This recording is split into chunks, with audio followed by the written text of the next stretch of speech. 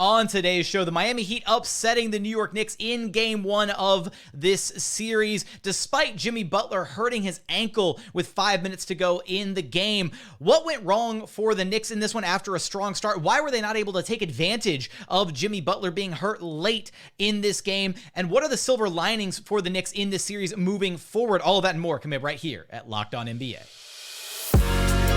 You are Locked On NBA, your daily NBA podcast.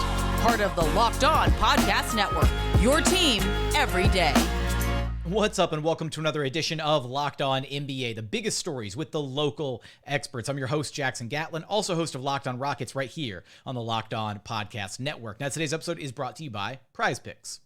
Next game, how about Nikola Jokic to score more than 26.5 points? What about LeBron James to have more than 7.5 rebounds? Or how about Kevin Durant to have less than 6.5 assists? And maybe Steph Curry to have more than 3.5 three-pointers made. So what is Prize Picks? It's daily fantasy sports, but how does it work? Basically, you pick 2 to 6 players, and if they score more or less than their Prize Picks projection, you can win up to 25 times back on your money on any entry that you submit. There's no competing against other people. It's just you versus the projections available. Prize Picks offers projections on any sport that you watch. That's NBA, NFL, MLB, NHL, PGA. They've got you covered for all the action.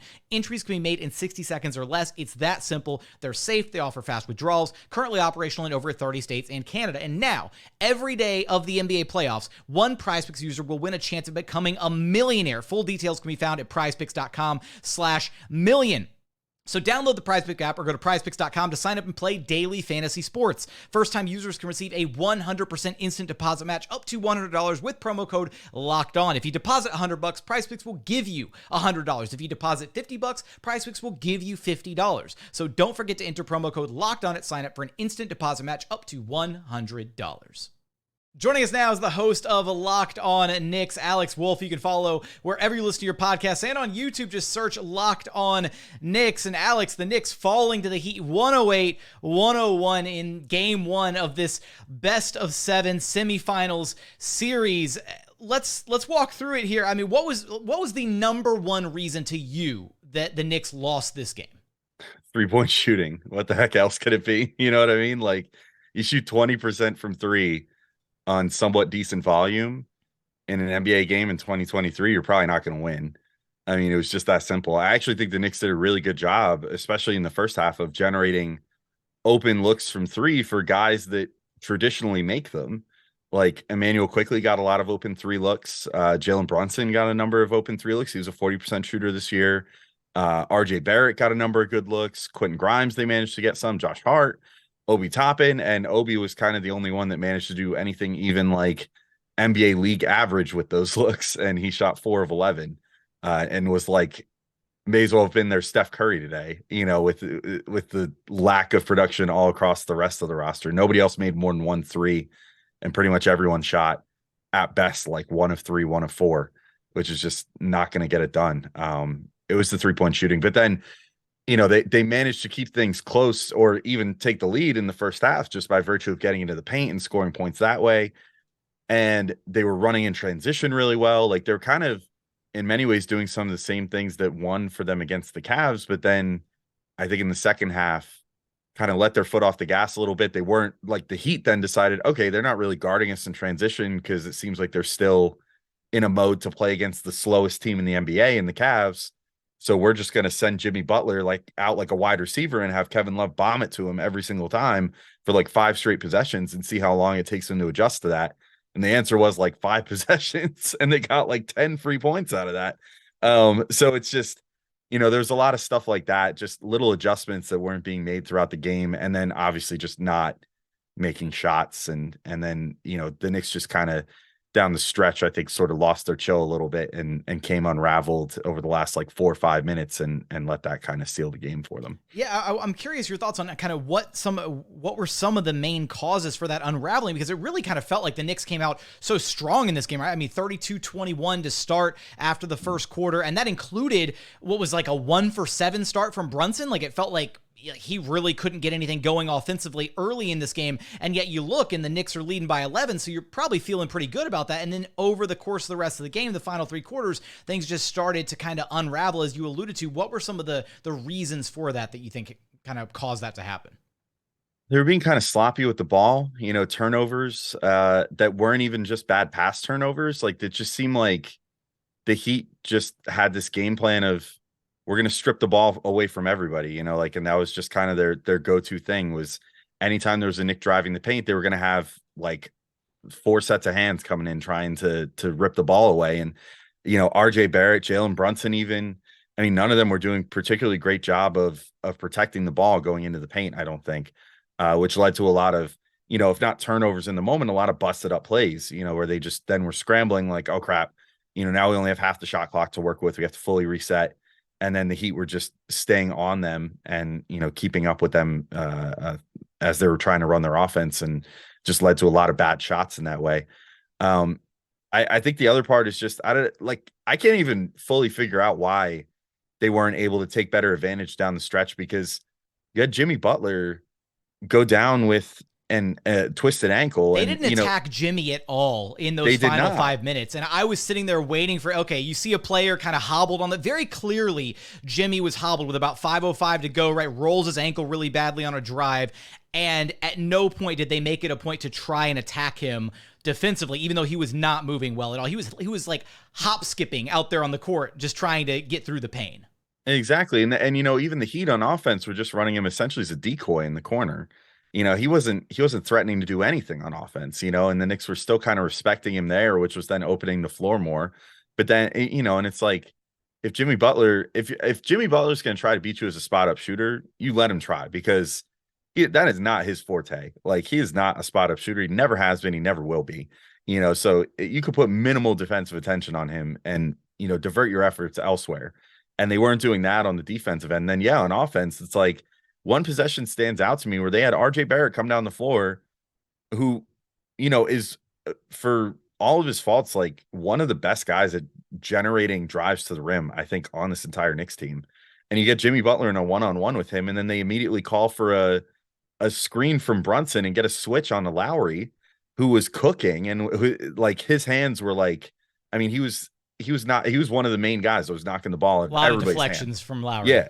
In that second half. And it's like, okay, why are you generating this switch? You have this one-on-one matchup, like, and they had Butler on an island, and then willfully went and created that mismatch where you got then Lowry, who can quickly poke it away from Barrett, and that blew up a possession. It was just some head scratchers, Yeah, I don't understand why they didn't, like, that could have been an inflection point for the Knicks when Butler gets hurt. Like, you don't want an injury to be a reason that you end up winning a game. But look, if they're going to keep a clearly injured player on the floor, you should go after him. That's how it should go. And instead, they kind of let the Heat off the hook in that regard and just said, oh, we're still going to play Jimmy Butler the same as if we assume that he's fully healthy, which he wasn't. And then, yeah, things just kind of fell apart from there. It was very bizarre to watch the Knicks fan, just like looking at it and thinking, okay, here's, look, you don't want to ever root for injuries or anything, but you see something like that happen, and naturally you go, okay, this is an opening. It's unfortunate Jimmy Butler just got hurt here, but take advantage of this now. Like, go close this game out, win this game one, take care of business at home. And they didn't do that. So I don't know. It's it'll be interesting to see what Butler's status is going to be going into game two, and also how the Knicks decide to handle that going into game two, because they didn't seem to have much up their sleeve as far as adjusting in the game in this game. What silver linings can you draw from this game one for the Knicks? The fact that it was still so close, even though they shot 20% from three. I mean, if they make a number, like just a small number more of 3-pointers, they win. That's it. You make 3 more 3-pointers, that puts you like not even at 30%, I don't think. And you still win this game. That's crazy. That just underscores just how bad they were shooting the ball. And, I don't know what that's going to require. Like, Josh Hart was really off shooting from 3 in this game. So I know you mentioned Obi Toppin, 4 of 11 from 3 in this one. It felt, though, like every possession that ended in an Obi Toppin 3 was a win for the Miami defense. Like, I don't know. I felt the most confident. Like, if he was the one shooting the 3 in this game, I felt the most confident with him. I understand some of them. He's kind of an all or nothing 3-point shooter, where, like, because he shoots with so much arc, like, sometimes it's like it's either a wild shot or like a perfect swish. That's just sort of the Obi experience, though, unfortunately. Like, that's just how it goes. But yeah, it did seem like the Heat wanted certain possessions to end that way. But I guess the main thing would be the Knicks need to start punishing them more for other possessions that they seemingly want to end that way, but shouldn't want to end that way. Like Quentin Grimes, I think if he's fully healthy, get him more involved than Josh Hart in this next game. Like he is more than capable of guarding a Jimmy Butler, but also a much better 3-point shooter than Josh Hart. And for all the amazing things Josh Hart does, like his 3-point shooting is wildly inconsistent, which we saw in this game. Find ways to get Emmanuel quickly more involved too, and hopefully get some open threes for him because he's a huge X factor who still really has not had like a full-on defining moment in these playoffs yet. Like he's had a couple of somewhat okay games like against the Cavs, but really has been underperforming by and large this postseason so far. So I don't know. I think it's all about just getting those guys involved. But really the main guy that I think if he just starts shooting just a little bit better, just completely changes everything. And you alluded to it, is Jalen Brunson. Like he's not going to shoot 0 of 7 from 3 every game. If he had shot anywhere close to his averages, like 3 of 7 or something like that in this game, the Knicks probably win. And that's that. And then we're just talking about like, well, they squeaked out a win. Now let's see if they can take care of business in game 2. Instead, he kind of struggles. He acknowledged himself. He's like, I thought I played like crap today. I want to do a lot better next game. Typically, when he utters those words, he plays quite a bit better the next game. So I'm hoping for that because honestly, if the Knicks don't take care of business in this next game, they're basically out of the playoffs already. So, it's imperative that they fix some of these issues going into game 2. They could be headed for a sweep if things don't turn around here in game 2. Alex, what's the status of Julius Randle moving forward? Tough to say. He sprained his ankle towards the end of the regular season, missed about like 2.5 weeks, came back, played on it against the Cavs. He looked really good in the first game. As the series wore on, you started to wonder a bit, like he's settling a lot more for jumpers than you would have liked, but then finally kind of found himself in game 5 again. And then unluckily steps on someone else's foot and twists his ankle like the exact same way. Looked really nasty. He wasn't able to put a ton of weight on it. I mean, it's a much quicker turnaround this time than it was after that first ankle sprain. And so it makes you wonder, like, just how good is he? But if you listen to the reports, he looked pretty good prior to this game, and there was a legitimate chance he was going to play. He went through apparently a very extensive workout prior to game 1 to test that out. Like, really went like full strength, trying to like see how it felt and if he'd be able to go. Ultimately, they made the decision like, no, let's not have you go for game 1. But that would lead me to believe that there's probably a decent enough chance he could be back for game 2.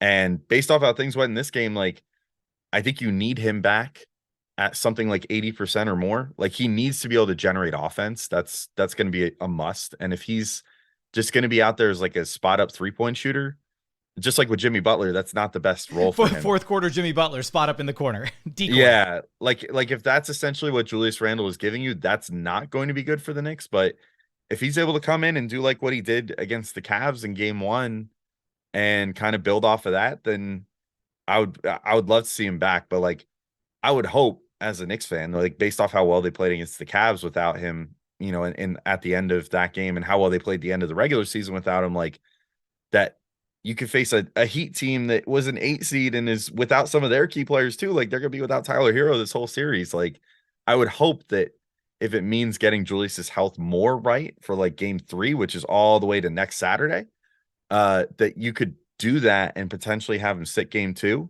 to get more to 100%. But also if he feels good enough to go game 2, you then just hope that Tibbs has the wherewithal to pull him if he's really dragging the team down by being not healthy out there and, not providing like, again, at least like an 80 or so % version of himself. So it'll be interesting to watch. It's not always Tibbs' strong suit. Knowing when to pull the plug on his favorite guys when they're not playing well, be it due to injury or just not playing well, period. But I guess we'll see how it all goes. But the Randle saga is going to be an interesting one. And he does have the potential if he can come back and be healthy to completely swing this series because he's a potential All-NBA player this year. I'm really intrigued to see what those lists are going to come out and say. But for my money, I think he was at least a 3rd-team All-NBAer this year, like one of the 15 or so best players in basketball, and was the main consistent reason why the Knicks were able to put together such a good season. So I do hope that he's back and gets to make his impact in this series because he deserves it for the season that he put together this year. For a full breakdown on this game and the series moving forward, you'll have us covered for everything over at Locked On Knicks. Alex, I appreciate you stopping by Locked On NBA with me. Of course, always happy to come by, Jackson. Always happy to talk Knicks with you, even after a loss.